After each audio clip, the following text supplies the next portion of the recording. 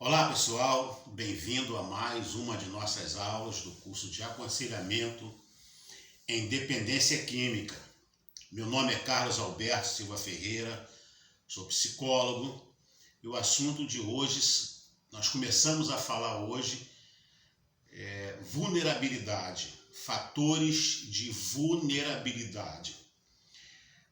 São fatores que vão predispor ou vão facilitar o aparecimento do transtorno, o desencadeamento do transtorno. Existem vários fatores, como nós vamos ver. Fatores psicológicos, fatores na aprendizagem, na história de vida da pessoa, fatores genéticos, fatores epigenéticos, que é uma ciência nova, fatores congênitos, fatores sociais, enfim. Vamos estar conversando aí sobre essa dinâmica, esses fatores que se interagem, que se combinam, uma dinâmica própria na vida da pessoa, do indivíduo, e que vão favorecer o aparecimento da doença. Falando em doença, nós deixamos uma pergunta em uma de nossas aulas. A pergunta era a seguinte: você concorda que a dependência química é uma doença incurável? Bom, eu quero dizer que o fato de ser incurável, já disse e voltamos a repetir que o fato de ser incurável não significa que a pessoa não possa viver bem, não possa levar uma vida saudável, uma vida muito serena, muito tranquila, uma vida abundante, uma vida plena. É que algumas doenças, para a ciência, para a medicina, algumas doenças não têm cura nem têm tratamento. Não tendo cura e não tendo tratamento, o que a medicina pode fazer é entrar com medidas paliativas para amenizar ou aliviar o sofrimento. Há outras doenças que não têm cura, mas têm tratamento. E aí, quando os sintomas desaparecem, em medicina, os profissionais de saúde costumam chamar de remissão.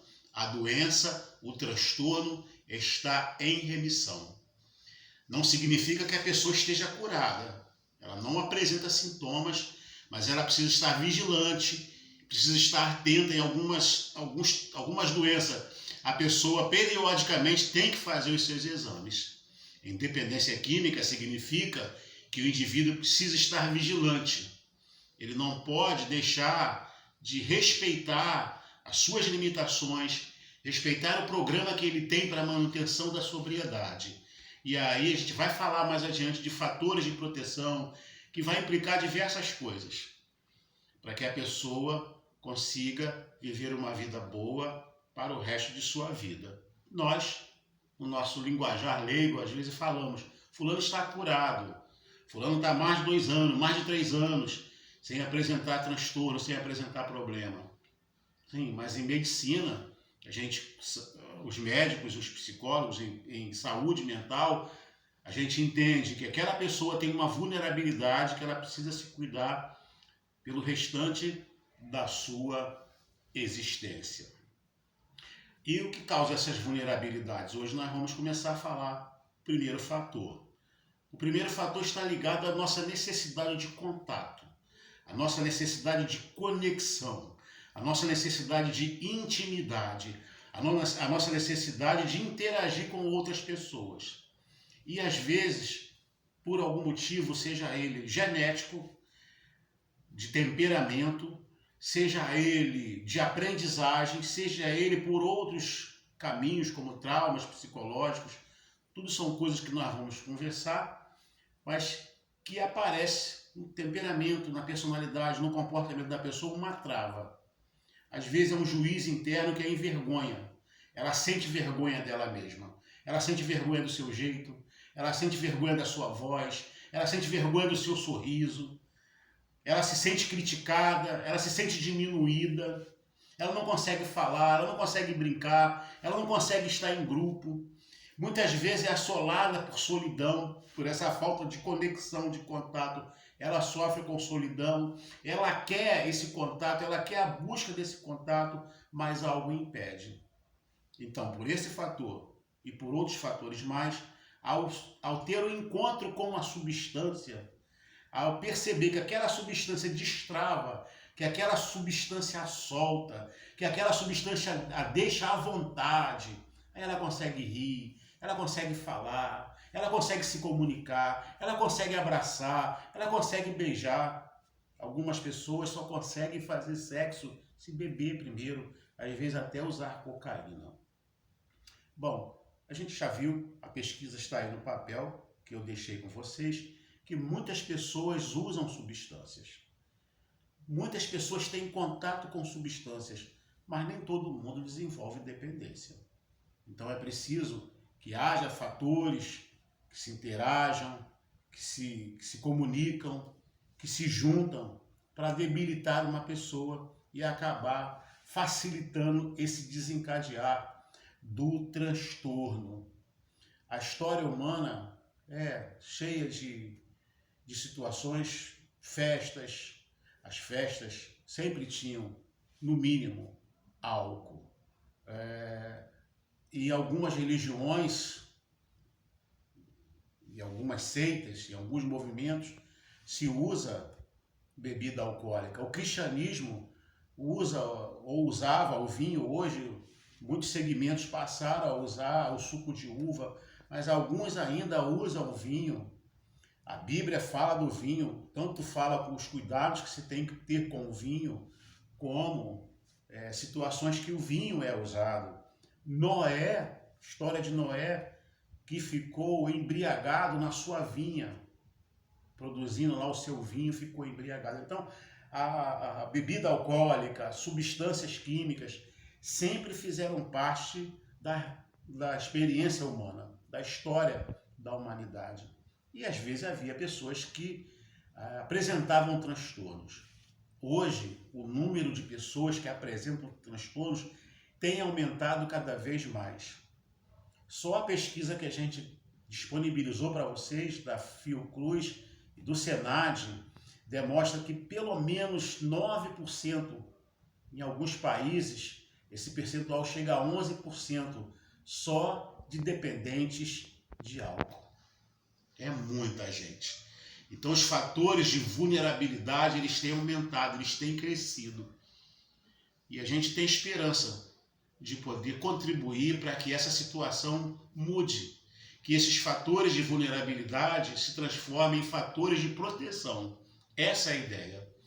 Quando nós formos falarmos de ajudar, de aconselhar, de ouvir uma pessoa portador dessa debilidade, desse transtorno, dessa vulnerabilidade, esse entendimento vai nos ajudar. Então a pessoa usa, já tem um fator que é a timidez, que é a autocrítica muito severa, que ela se fecha, que ela se tranca, mas tem necessidade de se soltar. Eu não estou falando de uma pessoa que é tímida e está bem com a sua timidez, uma pessoa que é calada está bem com o seu jeito de ser, que se fecha, que se tranca, ou que desenvolve outros transtornos. Atualmente, muitas pessoas se fecham nos seus equipamentos, em celular, em computador, em internet. Nós não estamos aqui para discutir outros transtornos.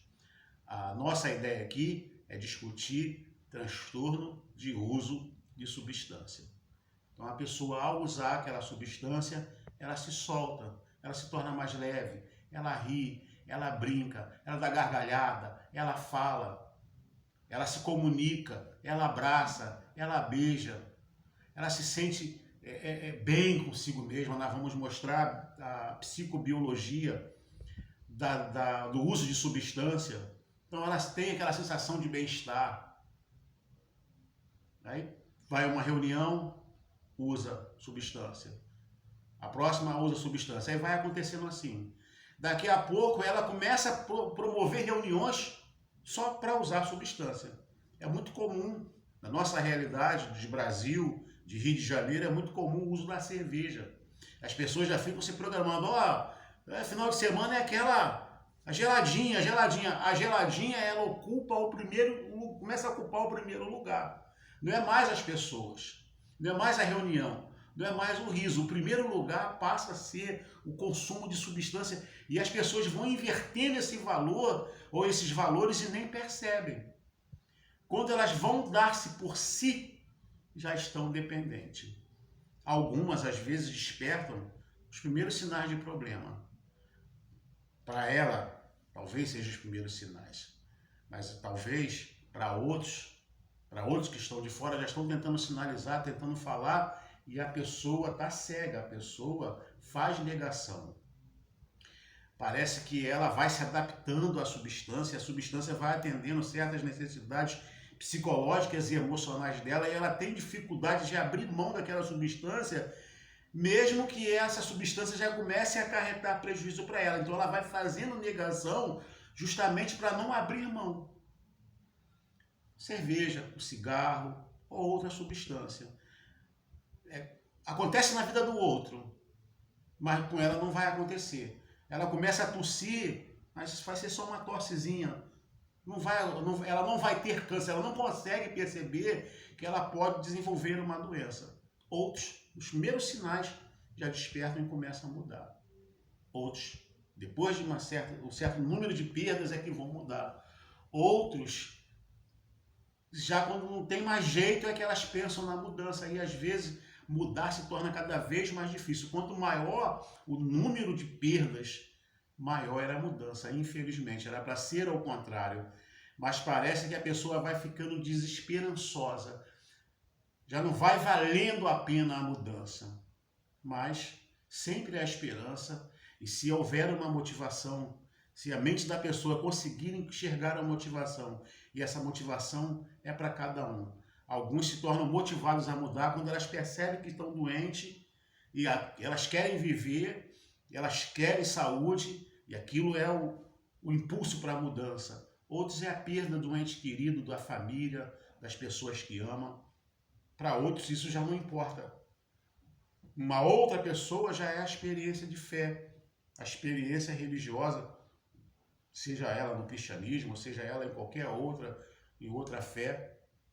A gente tem um contato maior com pessoas cristãs de diversos segmentos, de diversas teorias, de diversos meios de acreditar, mas existe fora do Brasil, existem outras religiões e muitas pessoas relatam que o encontro com o que transcende, aquilo que é maior do que ele, esse encontro às vezes é motivador, já não é para outras pessoas.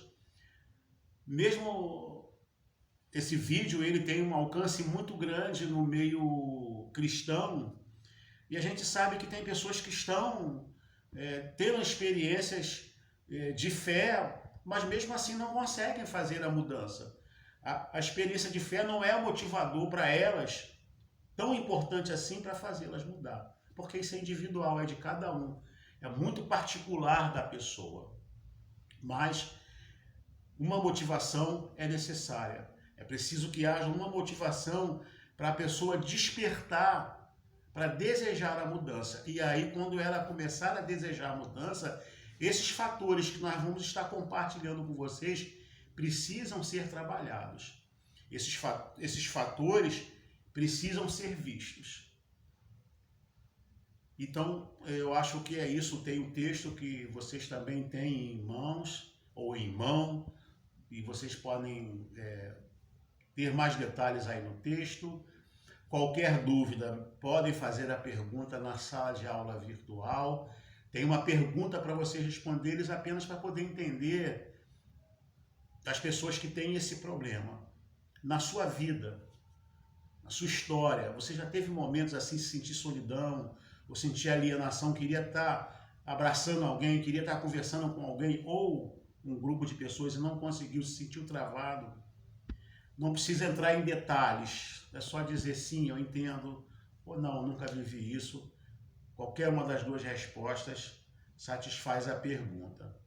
Mas procura ler o texto, assista, espero que você esteja assistindo esse vídeo, assista mais de uma vez e responda a pergunta.